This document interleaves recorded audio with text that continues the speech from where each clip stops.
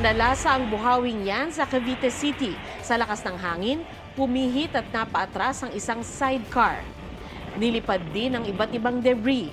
Sinubukan tumakbo ng isang aso pero pati ito animoy natulak ng malakas na hangin. Nagtagal ng hanggang 10 minuto ang buhawi na sinundan ng malakas na ulan.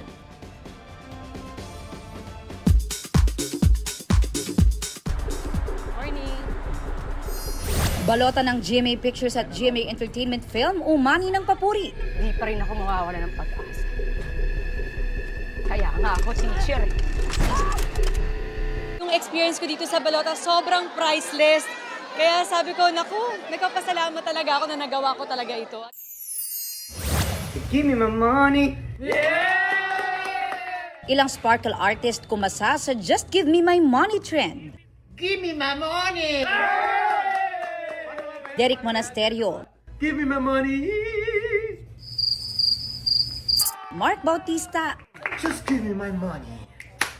Ay, kagit. at Jessica Villarubin. Just give me my money! Uy! Alam ba kayo, Na biktima. Ang katuwaang yan, libo-libo na ang views sa Instagram. Nation's girl group na Girls' Generation nag-celebrate ng 17th anniversary. Aubrey Carampel nagbabalita para sa GMA Integrated News.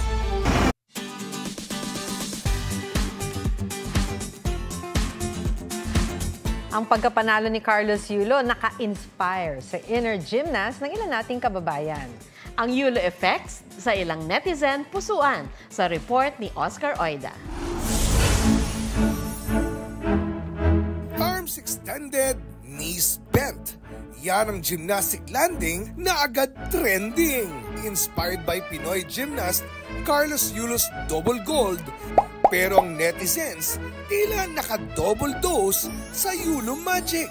Paggising pa lang ni Romar, do the landing na agad ang inatupag.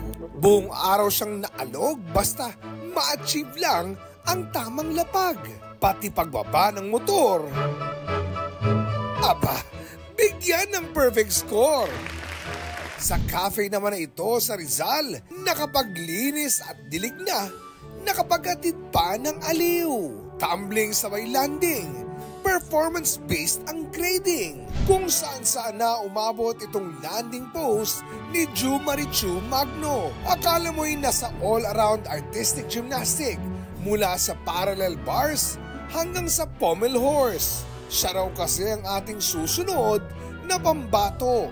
Ayun lang, muntik pang maging kwento. Oscar Oida, nagbabalita para sa GMA Integrated News. Sa amin pong pagtatapos, nais naming batiin si Carlos Yulo para sa 2 gintong medalyang nakamit niya sa Paris Olympics. Congratulations! Proud kami sa iyo, Kaloy, at maging sa lahat ng atletang Pinoy na lumaban at lumalaban pa sa Paris Olympics. Huwag magpahuli sa mga balitang dapat ninyong malaman. Mag-subscribe sa GMA Integrated News sa YouTube.